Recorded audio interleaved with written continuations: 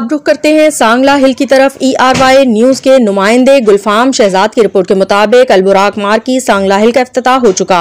हर किस्म के प्रोग्राम के लिए हमारे पास तशरीफ लाएं। मुदस्सिर अजीज CEO खाने या बगैर खाने के मेहंदी, बारात, वलीमा, सालगिरह, दोस्त के साथ party, music party, business meeting, school, college और बैंकों, शादी और निकाह अलबुराक मार्की आपकी खिदमत में पेश रहेंगे। कजाफी बाजवा मार्की में 1200 अफराद के बैठने की गुंजाइश है। साफ सुथरा माहौल, शानदार पार्किंग, मेहमानों को एंटरटेनमेंट, म्यूजिक, आला क्वालिटी का फर्नीचर। आप एक बार हमें खिदमत का मौका दें, हम आपके प्रोग्राम को चार चांद लगा देंगे।